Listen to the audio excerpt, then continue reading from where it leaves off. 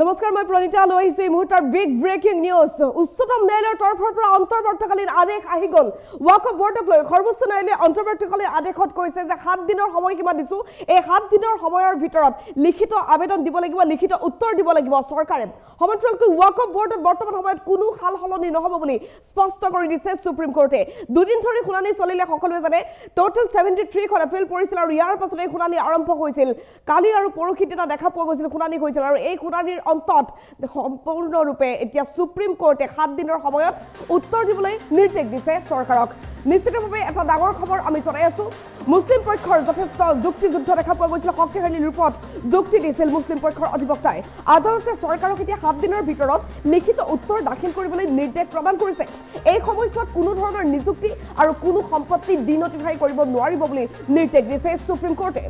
উচ্চতম ন্যায়ালয়ৰ সকাহৰ পিছতে উৎফুল্লিত হৈ পৰিছে এতিয়া দেশৰ কোটি কোটি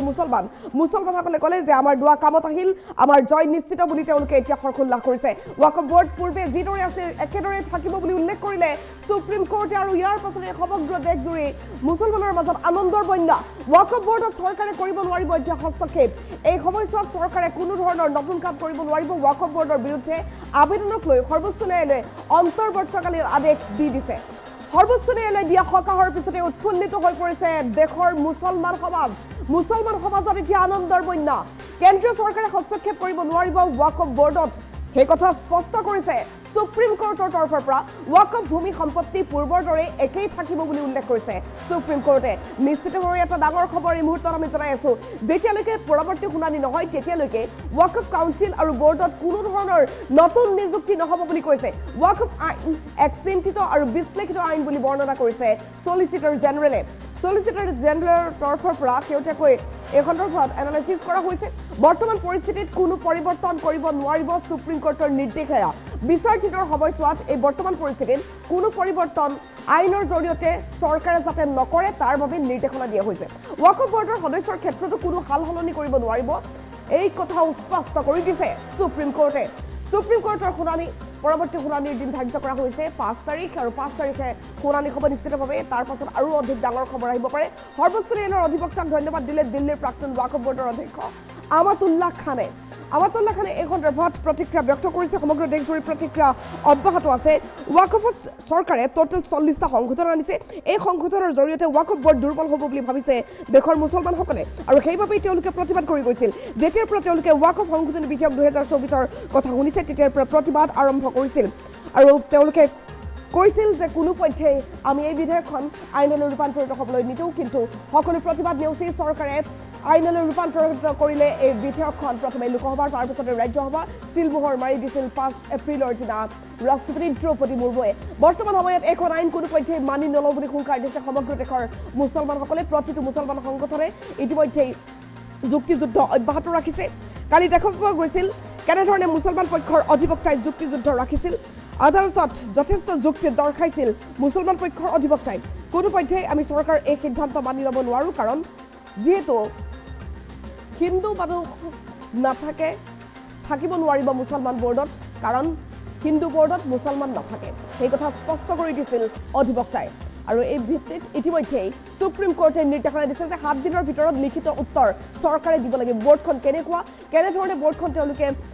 গঠন কৰিব বিচাৰিছে এই বৰ্ডৰ অধীনত কেনেধৰণে কাম কাজ হ'ব সকলো কথা স্পষ্ট কৰিব লাগিব চৰকাৰে কাৰণ চৰকাৰে যেহেতু আইন আনিছে চৰকাৰে যেহেতু চেঞ্জেছ আনিছে কি চেঞ্জেছ হ'ব এই 40টা সংশোধনৰ জৰিয়তে কি সলনি হ'বলৈ গৈ আছে দেশত ওয়াকফ বৰ্ডখন কেনেধৰণে চলিব এই সকলোবোৰৰ উত্তৰ দিব লাগিব এতিয়া চৰকাৰে স্পষ্ট কৰিব লাগিব চৰকাৰে যে চৰকাৰে কি বিচাৰিছে কেনেধৰণৰ মনোভাৱ কেনেধৰণে তেওঁলোকে প্লেনিং কৰিছে সকলোবোৰ স্থিতি স্পষ্ট কৰিব লাগিব চৰকাৰে স্পষ্টীকৰণ চৰকাৰৰ পৰা বিচাৰিছে সৰ্বোচ্চ ন্যায়ালয়ৰ তৰফৰ পৰা সকলো স্পষ্টীকৰণ 7 দিনৰ ভিতৰত দিবলৈ নিৰ্দেশনা প্ৰদান কৰা হৈছে এফালে সমগ্ৰ দেশজুৰি বৰ্তমান এই বিষয়টোক লৈ প্ৰতিক্ৰিয়া অব্যাহত আছে বিচাৰধীনৰ সময়ছোৱাত এই পৰিস্থিতিত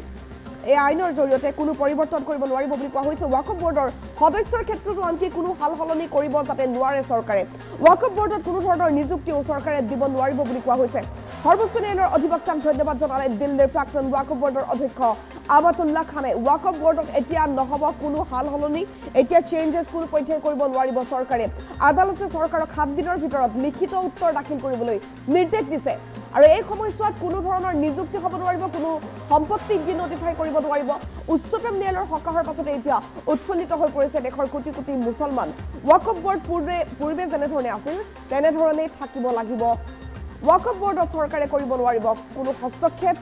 এই নিৰ্দেশনা সুপ্ৰিম কোৰ্টে দিছে। ৱাকফ বোৰ্ডৰ বিৰুদ্ধে আবেদনক লৈ সৰ্বোচ্চ ন্যায়ালয়ে অন্তৰ্বৰ্তীকালীন আদেশ দিছে আৰু এই আদেশৰ পাছতে সমগ্ৰ দেশৰ মুছলমানসকলৰ মাজত আনন্দৰ বন্যা। সৰ্বোচ্চ ন্যায়ালয়ে দিয়া এই আদেশৰ পাছতে এতিয়া মুছলমানসকলে দোৱা কৰিছে ৱাকফৰ ভূমি সম্পত্তি পূৰ্বৰ দৰে একেই থাকিব বুলি কোৱা হৈছে। সুপ্ৰিম কোৰ্টে ক'লে বৰ্তমান সময়ছোৱাত কোনো চেঞ্জেছ আনিব নোৱাৰিব, যেতিয়ালৈকে পৰৱৰ্তী শুনানি নহয় তেতিয়ালৈকে ৱাকফ কাউন্সিল আৰু বোৰ্ডত কোনো সাল সলনি নহ'ব। ৱাকফ আইন এক চিন্তিত আৰু বিশ্লেষিত আইন বুলি বৰ্ণনা কৰিছে চলিচিটৰ জেনেৰেলে। বৰ্তমান পৰিস্থিতিত কোনো পৰিৱৰ্তন কৰিব নোৱাৰিব সুপ্ৰিম কোৰ্টৰ নিৰ্দেশ। এয়া বিচাৰাধীনৰ সময়ত বৰ্তমান পৰিস্থিতিত কোনো পৰিৱৰ্তন আইনৰ জৰিয়তে যাতে চৰকাৰে নকৰে। ৱাকফ বোৰ্ডৰ সদস্যৰ ক্ষেত্ৰতো কোনো সাল সলনি চৰকাৰে কৰিব নোৱাৰিব। ৱাকফ বোৰ্ডত কোনো ধৰণৰ নিযুক্তিও দিব নোৱাৰিব চৰকাৰে। সৰ্বোচ্চ ন্যায়ালয়ৰ অধিবক্তাক ধন্যবাদ জনাইছে দিল্লীৰ প্ৰাক্তন ৱাকফ বোৰ্ডৰ অধ্যক্ষ আমতুল্লাহ খানে। তেওঁ কি ক'লে শুনাব বিচাৰিম। শুনানি হৈ যায় আপোনাৰ মহামান্য উচ্চতম ন্যায়ালয়ত অলৰেডি প্ৰায় 2টা বজাৰ পৰা হিয়াৰিং ষ্টাৰ্ট হৈছে। আপোনাৰ জাষ্ট হিয়াৰিং কনক্লুড হৈছে, কিন্তু অহাকালি আকৌ হিয়াৰিঙৰ কাৰণে ডেট ফিক্স কৰিছে। তো court was very much happy and satisfied and proposing to pass an interim order also'. এতিয়া কথাটো হ'ল যে আমাৰ যিসকল পিটিশ্যনাৰ আছে, আপোনাৰ পিটিশ্যনাৰসকলে মহামান্য উচ্চতম ন্যায়ালয়ত এইটো যুক্তি প্ৰদৰ্শন কৰিছে যে Waqf by itself is an essential religious practice. মানে ধৰি লওক যেনেকৈ নামাজ পঢ়া, ৰোজা ৰখা, আপোনাৰ আৰু যিখিনি ধৰ্মীয় এছেঞ্চিয়েল যিখিনি কৰিবলগীয়া এজন মুছলমানৰ কাৰণে আছে, তো এইখিনিও আপোনাৰ ৱাকাফটো আপোনাৰ সেই তেনেকুৱা এছেঞ্চিয়েল ধৰ্মীয় মানে গুৰুত্বপূৰ্ণ এটা ধৰ্মৰ অংশ হিচাপে আপোনাৰ মহামান্য উচ্চতম ন্যায়ালয়ত প্লেচ কৰিছে। চৰকাৰে এতিয়া আমাৰ মানে চেণ্ট্ৰেল গভমেণ্টে আপোনাৰ by way of the parliamentary enactment act যিখন বনাইছে, এইখন দি পেলাই কি কৰিছে, আমি আমাৰ ধৰ্মটো কেনেকৈ পালন কৰিব লাগিব সেইটো তেওঁলোকে ডিক্টেট কৰিছে, যিটো নেকি আপোনাৰ unconstitutional article 25, 26, 29, 30 and article 15 of the constitution of ইণ্ডিয়াৰ ভায়লেশ্যনছ বুলি আমি যুক্তি দৰ্শাইছিলোঁ আপোনাৰ মহামান্য উচ্চতম ন্যায়ালয়ত আবেদনকাৰীসকলে। আৰু অসমৰ পৰা আপোনাৰ বহুকেইখন আবেদন আহিছে আপোনাৰ, আৰু লগতে অল ইণ্ডিয়া বেচিছত আপোনাৰ যথেষ্টখিনি আপোনাৰ পিটিশ্যন আজি পৰিছে। আৰু গতিকে ইয়াৰ পিছত আপোনাৰ মহামান্য উচ্চতম ন্যায়ালয়ে গোটেইখিনি শুনাৰ পিছত মানে পিটিশ্যনাৰৰ যুক্তি তৰ্ক শুনাৰ পিছত আপোনাৰ চেণ্ট্ৰেল গভমেণ্টৰ কাউন্সিল তেওঁলোকৰো আপোনাৰ যুক্তি তৰ্ক শুনিছে। শুনি পেলাই আপোনাৰ মানে ইণ্টাৰিম অৰ্ডাৰ মানে অন্তৰ্বৰ্তীকালীন ৰায় পাছ কৰাৰ এটা সিদ্ধান্ত লৈছিলে। কিন্তু যিহেতু আপোনাৰ অন্তৰ্বৰ্তীকালীন ৰায়ৰ কাৰণে আৰু শুনানিৰ প্ৰয়োজন আছে, সেইটো কাৰণে অহাকালি আপোনাৰ দিনৰ 2টা বজাত আকৌ পুনৰ মানে অন্তৰ্বৰ্তীকালীন ৰায় বা ইণ্টাৰিম অৰ্ডাৰ কি দিব সেইটো কাৰণে আকৌ আপোনাৰ গুৰুত্বপূৰ্ণ শুনানিৰ কাৰণে আপোনাৰ অহাকালি দিন ধাৰ্য কৰিছে। সেইটো বিচাৰিছোঁ যিকেইখন এক্ট আপোনাৰ এক্টখনৰ বা যিখন এক্ট বনাইছে আপোনাৰ, এখন হ'ল আপোনাৰ the unified Waqf management empowerment efficiency and development act of 1995। এই এক্টখনৰ যিকেইটা ধাৰাই আপোনাৰ আৰ্টিকল 15, আৰ্টিকল আপোনাৰ 25, আৰ্টিকল 26, 29 আৰু 30 আপোনাৰ মানে কনফ্লিক্ট কৰিছে। গতিকে এই এক্টকেইখনৰ সেই ধাৰাকেইখন স্থগিত ৰাখিব লাগে। মোৰ পাৰ্টিকুলাৰলি যিটো ইয়াতে চবতকৈ মানে বিপদজনক ধাৰা তেওঁলোকে সংযোজন কৰিছে যে ৱাকাফ বা ইউজাৰ ধৰি লওক 100 বছৰৰ পুৰণি বা 200 বছৰৰ পুৰণি প্ৰপাৰ্টি এটা কোনো ডকুমেণ্ট নোহোৱাকৈ আপোনাৰ অৰেলি যোনে ৱাকাফ কৰিছে, সেইটো এই আইনখনৰ জৰিয়তে কি কৰিছে, সেই ছিষ্টেমটো তেওঁলোকে এবলিছ কৰিব বিচাৰিছে। গতিকে আমি বিচাৰিছোঁ যে সেই প্ৰভিজনখিনি আপোনাৰ মানে স্থগিত ৰাখিব লাগে। গতিকে মহামান্য ন্যায়ালয়ে যদিও সেই স্থগিতৰ কথাটো কোৱা নাই, কিন্তু ৱাকাফ প্ৰপাৰ্টিসমূহ যেনেকৈ আছে তেনেকৈ থাকিব দিয়াৰ এটা সিদ্ধান্তত মই উপনীত বা ডাইৰেকশ্যন দিয়া বুলি কোৱা নাই, কিন্তু তেওঁ মানে অনাৰেবল চিফ জাষ্টিচ অফ ইণ্ডিয়াই আপোনাৰ অপেন কোৰ্টত আপোনাৰ এই গোটেই বক্তব্যখিনি ৰাখিছে যে তেওঁলোকে কেনেকৈ ধৰণে ইণ্টাৰিম অৰ্ডাৰটো পাছ কৰিব বিচাৰিছে। এতিয়া চেণ্ট্ৰেল গভমেণ্টে ক'লে যে আমাৰ যিহেতু আপত্তি আছে এনেকুৱা ধৰণৰ ইণ্টাৰিম অৰ্ডাৰ পাছ কৰাত, গতিকে অহাকালি আকৌ পুনৰ ইণ্টাৰিম অৰ্ডাৰ কনচিডাৰেশ্যনৰ কাৰণে শুনানিৰ দিন ধাৰ্য কৰিব লাগে, আৰু অহাকালি দিনৰ 2টা বজাত আকৌ পুনৰ শুনানিৰ দিন ধাৰ্য কৰিছে। গুৰুত্বপূৰ্ণ শুনানি হৈ যায় আপোনাৰ মহামান্য উচ্চতম ন্যায়ালয়ত অলৰেডি প্ৰায় 2টা বজাৰ পৰা হিয়াৰিং ষ্টাৰ্ট হৈছে। আপোনাৰ জাষ্ট হিয়াৰিং কনক্লুড হৈছে, কিন্তু অহাকালি আকৌ হিয়াৰিঙৰ কাৰণে ডেট ফিক্স কৰিছে। তো court was very much happy and satisfied and proposing to pass an interim order also'. এতিয়া কথাটো হ'ল যে আমাৰ যিসকল পিটিশ্যনাৰ আছে, আপোনাৰ পিটিশ্যনাৰসকলে মহামান্য উচ্চতম ন্যায়ালয়ত এইটো যুক্তি প্ৰদৰ্শন কৰিছে যে Waqf by itself is an essential religious practice. মানে ধৰি লওক যেনেকৈ নামাজ পঢ়া, ৰোজা ৰখা, আপোনাৰ আৰু যিখিনি ধৰ্মীয় এছেঞ্চিয়েল যিখিনি কৰিবলগীয়া এজন মুছলমানৰ কাৰণে আছে, তো এইখিনিও আপোনাৰ ৱাকাফটো আপোনাৰ সেই তেনেকুৱা এসেনশিয়েল ধৰ্মীয়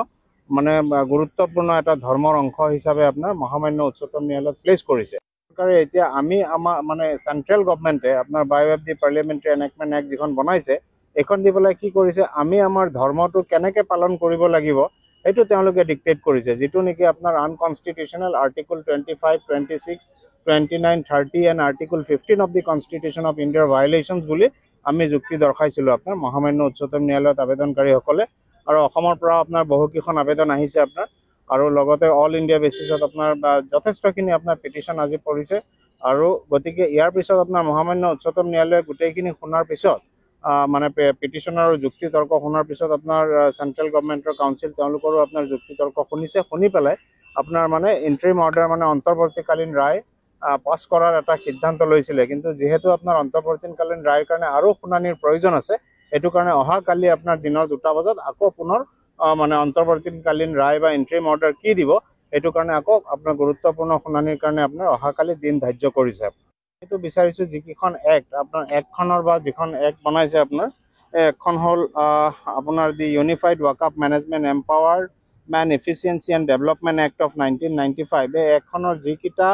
ধাৰাই আপোনাৰ আৰ্টিকল 15, আৰ্টিকল আপোনাৰ 25, আৰ্টিকল 26, 29 আৰু 30 আপোনাৰ মানে কনফ্লিক্ট কৰিছে। গতিকে এই এক্টকেইখনৰ সেই ধাৰাকেইখন স্থগিত ৰাখিব লাগে। মোৰ পাৰ্টিকুলাৰলি যিটো এটা চবতকৈ মানে বিপদজনক ধাৰা তেওঁলোকে সংযোজন কৰিছে যে ৱাকাফ বা ইউজাৰ ধৰি লওক 100 বছৰৰ পুৰণি বা 200 বছৰৰ পুৰণি প্ৰপাৰ্টি এটা কোনো ডকুমেণ্ট নোহোৱাকৈ আপোনাৰ অৰেলি যোনে ৱাকাফ কৰিছে সেইটো এই আইনখনৰ জৰিয়তে কি কৰিছে সেই চিষ্টেমটো তেওঁলোকে এবলিছ কৰিব বিচাৰিছে। গতিকে আমি বিচাৰিছোঁ যে সেই প্ৰভিজনখিনি আপোনাৰ মানে স্থগিত ৰাখিব লাগে। গতিকে মহামান্য ন্যায়ালয়ে যদিও সেই স্থগিতৰ কথাটো কোৱা নাই, কিন্তু ৱাকাফ প্ৰপাৰ্টিসমূহ যেনেকৈ আছে তেনেকৈ থাকিব দিয়াৰ এটা সিদ্ধান্তত মই উপনীত বা ডাইৰেকশ্যন দিয়া বুলি কোৱা নাই, কিন্তু তেওঁ মানে অনাৰেবল চিফ জাষ্টিচ অফ ইণ্ডিয়াই আপোনাৰ অপেন কোৰ্টত আপোনাৰ এই গোটেই বক্তব্যখিনি ৰাখিছে যে তেওঁলোকে কেনেকৈ ধৰণে ইণ্টাৰিম অৰ্ডাৰটো পাছ কৰিব বিচাৰিছে। তেতিয়া চেন্ট্ৰেল গভৰ্ণমেণ্টে ক'লে যে আমাৰ যিহেতু আপত্তি আছে এনেকুৱা ধৰণৰ ইণ্টাৰিম অৰ্ডাৰ পাছ কৰাত, গতিকে অহাকালি আকৌ পুনৰ ইণ্টাৰিম অৰ্ডাৰ কনচিডাৰেশ্যনৰ কাৰণে শুনানিৰ দিন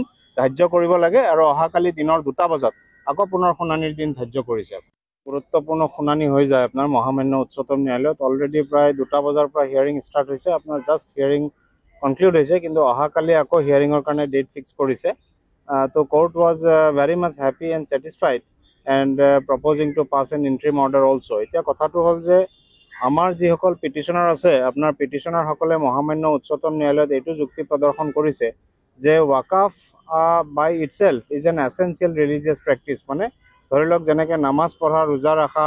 আপোনাৰ আৰু যিখিনি ধৰ্মীয় এছেনচিয়েল যিখিনি কৰিবলগীয়া এজন মুছলমানৰ কাৰণে আছে, তো এইখিনিও আপোনাৰ ৱাকাফটো আপোনাৰ সেই তেনেকুৱা এছেনচিয়েল ধৰ্মীয়